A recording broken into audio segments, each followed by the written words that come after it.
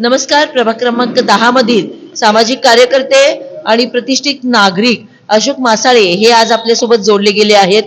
या ठिकाणी राजेंद्र मुळीक यांच्यासाठी किंवा यांना एक पाठिंबा देणं आणि त्यांना चांगल्या मतांनी इथून या भागातून निवडून आणून देणं याच्यासाठीचा त्यांचा जो विजन आहे, तर याबद्दल आपण थोडक्यात माहिती घेऊया. सर नमस्ते. नमस्कार.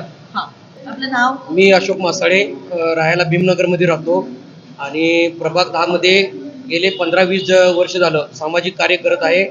आणि गेले 2018 साली मी इलेक्शन लढवली होती. 1300-1400 मतं मी घेतले आहेत आणि त्यानंतर 18 पासून गेले 5 वर्ष मी सतत मतदारांच्यासाठी व आमच्या सर्व बांधवांच्यासाठी काम करत आलेलोच आहे. यावेळी सुद्धा मी अर्ज भरला होता, तयार केलं सगळं. तर आमचे मुळीक साहेब इलेक्शनला उभारणार होते. त्यांच्यात आणि माझ्यात एक ठरलं की गल्लीतनं हा समझोता ठरला की गल्लीतनं एकच व्यक्ती उभारायचं, एकमेकाच्या विरोधात उभारायचं नाही असं ठरले असल्यामुळं मी त्यांना जाहीर पाठिंबा माझा दिलेला आहे आणि त्यांना भरघोस मतांना निवडून आणण्याची जबाबदारी आमची सर्व कार्यकर्त्यांची आहे.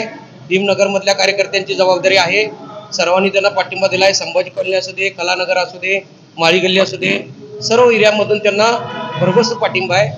आणि गेले 20 वर्षांना ओपनची सीट पहिल्यांदा लागलेली आहे.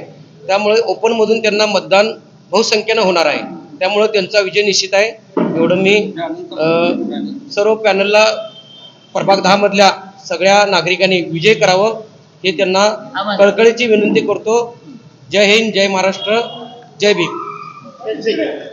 तर हे होते अशोक मासाळे, जे आज आपल्यासोबत जोडले गेले होते. आणि या ठिकाणी आपण पाहतोय की सर्व या भागातील प्रतिष्ठित नागरिकांचा जो काही ओढा आहे आणि जे जनमत आहे, तर ते सगळ्या पाठिंबा आणि हे सगळं जनमत आपण या ज्या महाविकास आघाडीचं पॅनल आहे, तर त्या पॅनलला देतानाच दिसून येत आहे. आणि नक्कीच महाविकास आघाडीचा विजय काही दूर नाही हे चिन्ह या ठिकाणी स्पष्ट होतंय.